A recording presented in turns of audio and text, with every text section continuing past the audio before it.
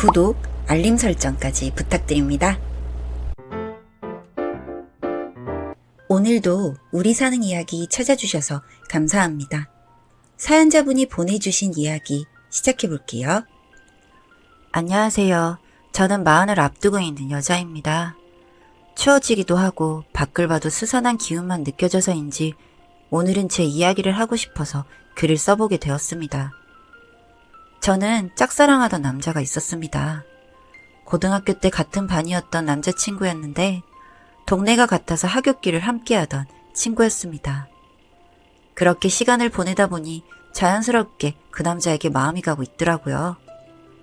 하지만 저는 그 남자에게도 또 다른 사람에게도 그 사람을 좋아한다고 말할 수가 없었습니다.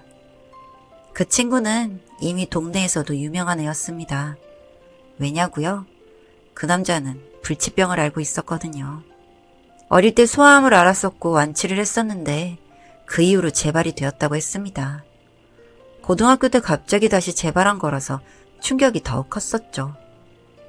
그냥 동네에서 들리는 말로는 재발한 이후로는 별다른 치료 방법이 없는 암이라고 했습니다. 그래서 동네 어른들은 쯧쯧거리시며 어린 게 안 됐다고 죽은 날 받아놓고 저렇게 살고 있다고 하시곤 했습니다. 저도 직접 물어보진 못했고 어른들이 하는 이야기를 주워 들어서 알게 되었고 앞으로의 남은 수명도 길어봐야 3년이라는 이야기까지 알게 되었죠. 그래서 저는 고백할 수가 없었습니다. 그 사람이 불치병이라서 고백할 수 없었고 여기에 이미 좋아하는 여자가 있다고 들어서 더더욱 입을 떼기 힘들었죠. 어느 날은 미친 척하고 고백해버리자 싶어서 마음을 먹고 다가갔는데 그런 저에게 좋아하는 여자애가 생겼다며 맑은 얼굴로 웃는데 그런 얼굴 앞에서 제가 뭘 말할 수 있었겠어요. 그래서 저는 그날 이후로 그 남자에게 그 여자 이야기를 들어주는 그런 친구가 되어야 했습니다. 곁에 있고 싶고 영원히 함께하고 싶은 여자가 생겼는데 자신은 뭐 죽을 날을 받아놓은 대단한 사람이다 보니 고백할 수도 없다면서 혼자 킥킥대며 웃곤 했습니다. 그 말을 들을 때마다 참 애처롭기도 하고 상대방이 듣고 가슴 찢어지는 소리를 왜 저리 쉽게 하나 야속하기도 하고 그랬던 것 같아요. 사랑하는 그 사람이 좋아한다는 그 여자가 밉기도 하고 질투도 나면서 좋아하면서 자신의 병 때문에 고백도 못하고 그렇게 하루하루 죽을 날만 기다리는 그 남자가 정말 안타까웠습니다. 그래서 저는 고백을 할 수도 없었고 그 사람을 붙잡을 생각조차 할 수도 없었죠. 제가 그 사람의 생명까지 붙잡아 줄 수는 없었으니까요. 그 남자는 늘 그 여자 이야기뿐이었습니다. 본인 눈에는 세상에서 가장 예쁘고 마음씨도 곱고 그렇게 예쁜 그녀를 본인이 지켜주지 못하고 곁에 있어주지 못해서 너무 힘들다는 그의 말이 너무나도 가슴에 아픈 곳을 찔렀습니다. 그 여자가 저였으면 좋겠다는 생각을 몇 번이나 했는지 몰라요. 그녀의 이야기를 할 때 그의 슬프고 아련한 눈빛은 늘 저를 마음 아프게 했습니다. 그녀가 누군지 찾아내서 어떻게든 둘을 이어주고 싶다는 생각까지 할 정도로 저는 그를 매우 좋아하고 저의 감정보다는 그를 더 많이 아꼈습니다. 그래서 둘을 이어줘야겠다 싶어서 물었더니 아무것도 알려주지 않았어요. 제가 그런 짓을 벌일까 봐서 더더욱 조심하는 눈치였죠. 그럴수록 그 여자가 궁금해지긴 했지만 그렇다고 꼭 알고 싶지도 않았습니다. 뭐 제 마음이 좋을 리가 없을 테니까요. 그러던 어느 날 저는 그 남자와 한바탕 싸우고야 말았습니다. 저도 화가 나더라고요. 맨날 만날 때마다 왜 나한테 그 여자 이야기만 하는 건지 그 이야기를 하고 싶어 나에게 만나자고 연락을 하는 건지 너무 화가 나서 너무 지치니까 이제 그 여자 이야기만 할 거면 나 부르지 말고 니네 엄마한테나 하라고 화를 내버렸습니다. 죽은 날 받아놓은 게 뭐 대수냐고 나 같으면 죽을 날도 받아놨으니 무서울 것도 없으니 그냥 고백이라도 한번 확 하고 말겠다고 상처 주는 말을 퍼부었죠. 제 말에 상처를 받았는지 눈물을 흘리더군요. 그런데 저도 그날은 너무 화가 나서인지 미안한 마음보다도 답답한 그 남자가 짜증나고 귀찮다는 생각까지 들었습니다.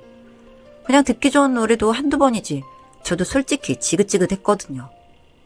그렇게 그 남자에게 일방적으로 폭언을 퍼붓고 나서 후회하는 마음은 없었는데 그 남자는 저보고 오히려 이제 그만하겠다고 미안하다고 전하더라고요.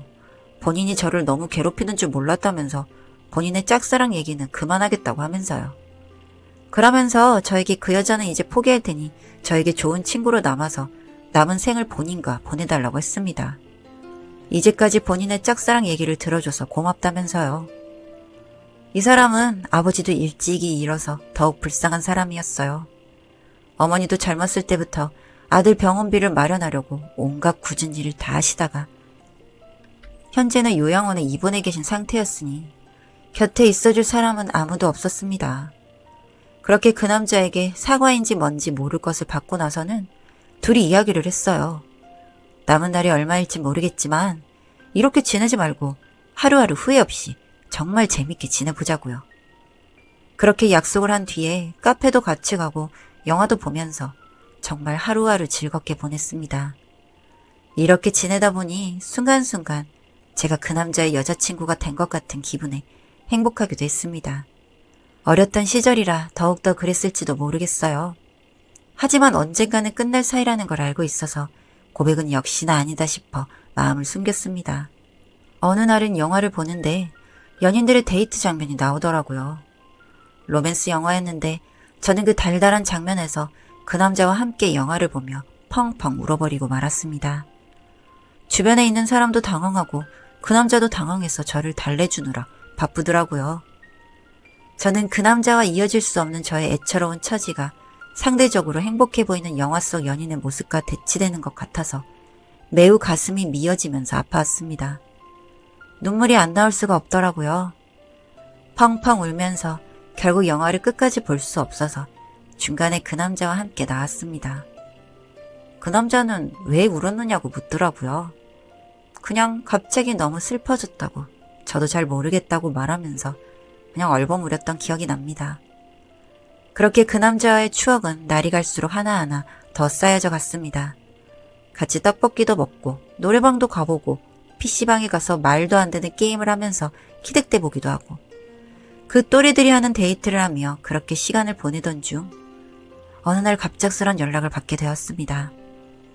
저는 그 연락을 받고 심장이 쿵 하고 내려앉는 것 같았어요. 그 남자가 집에서 쓰러져서 응급실에 또다시 이송되었다는 소식이었거든요. 저는 너무 깜짝 놀라서 엉엉 울며 한달음에 그가 있는 병원으로 갔습니다. 의사가 말하기를 지금 위급한 상황이라서 안으로도 못 들어간다고 하더군요. 그러면서 그 남자가 보호자가 오면 건네달라고 부탁했던 편지 하나가 있다며 저에게 주었습니다. 저는 그 편지를 빼앗듯이 받아들고 읽을 생각도 하지 못한 채 응급실 문을 미친 듯이 두드렸습니다. 이성을 잃고 만 거죠. 해찬아 안 돼. 꽝꽝 두드리자 의사가 만류하더라고요.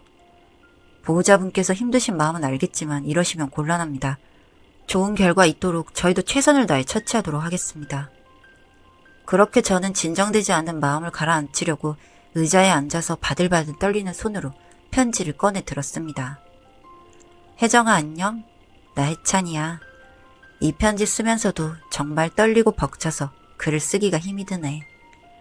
나 사실 당신을 많이 좋아했어. 내가 여태 말해왔던 짝사랑하던 여자는 바로 너였어.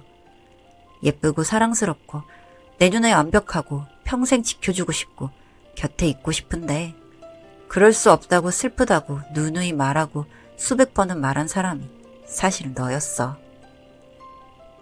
여기까지 읽었는데 저는 꿈에도 몰랐습니다. 저는 충격에 휩싸였고 해찬의 이 편지가 마지막 편지가 될 거라는 안 좋은 예감이 갑자기 불안감이 엄습해오며 손이 더욱 심하게 떨리기 시작했습니다. 이 편지가 너에게 전달됐을 쯤엔 나는 아마 많이 위독한 상태겠지. 어쩌면 이미 이 세상에 없을지도 몰라. 여기까지만 읽었는데도 손이 덜덜 떨리면서 눈물이 더욱 치솟기 시작했습니다. 만약 내가 이 세상에 없다면 우리 집 내 방에 있는 책상 3번째 서랍을 열어서 봐줘. 그 안에 내가 너를 위해 준비한 여러 선물들이 있어. 우리의 추억 영원히 간직하고 너도 꼭 좋은 사람 만날 수 있길 바랄게. 여기까지 읽자마자 의사가 다가와서 혜찬이가 심폐소생술을 받다가 죽었다는 소식을 들려주더군요. 그 이야기를 듣는데 어린 나이에 저는 솔직히 너무너무 무서웠던 것 같습니다. 그리고 그런 사실이 믿겨지지도 않고 혼자서 그 일을 겪을 자신도 없어서 그냥 울면서 병원에서 나와 택시를 타고 당장에 혜찬이 집으로 향했습니다. 혜찬이가 말했던 대로 세 번째 서랍을 당장에 열어보았는데 편지만 수백 장이 적혀 있고 일기장도 함께 보관되어 있었습니다. 모두 저를 생각하면서 쓴 일기와 편지더라고요. 저는 그와 지내며 가슴 아프지 않았던 적이 한 번도 없었지만 그때만큼이나 슬펐던 적은 처음인 것 같았습니다. 그렇게 흐느껴 울면서 편지와 일기장을 한 장 한 장 빠짐없이 읽기 시작했습니다. 그 안에는 저를 알게 되었던 3년 전부터 하루도 빠짐없이 매일마다 일기와 저에게 쓰는 편지를 썼더라고요. 정말 슬프고 애석했습니다. 그를 데려간 하늘도 정말 원망스러웠고요. 그가 매일마다 말했던 여자가 저인 줄도 모르고 저는 그가 다른 여자만을 그리워한다고 생각하며 그를 원망하고 그에게 화를 내고 답답함에 소리까지 질렀던 제가 오히려 제 자신이 원망스러워졌습니다. 편지는 가슴 아파서 다 읽지 못하겠더라고요. 장이 치러지고 그 남자의 유골이 있는 곳을 찾아서 몇 달을 내리 울었던 것 같습니다. 그렇게 20대 초반에 저는 순수한 마음으로 좋아했던 남자를 잃었습니다. 그리고 마흔을 며칠 앞둔 지금까지도 저는 그 남자가 너무 그립고 보고 싶습니다. 이후 어떤 사람과의 만남도 하고 싶지 않았고 저는 하루하루 나이는 들어가고 있지만 마음만큼은 그때 그 자리입니다. 이런 저를 보고 어른들은 그러시더라고요. 정말 미련하다고요. 몇십 년이 지난 그 일 속에서 헤어나오지 못한 약해 빠진 인간이라고요. 가장 가까운 제 부모님마저 그러셨으니 뭐 저도 참 어지간한 여자이긴 한가 봅니다. 하지만 사람이 살면서 그런 사람 있잖아요. 절대 잊기 힘든 그런 사람이요. 이런 절 보며 20살의 그 남자도 바보 같다 놀리며 웃고 있을까요? 얼마든지 놀리고 웃어도 좋으니 다음 생에라도 그를 꼭 만나보고 싶습니다. 이런 바보 같은 여자의 이야기를 들어주셔서 감사합니다. 사연은 여기까지였고요. 우리 사는 이야기 시청해주셔서 감사합니다.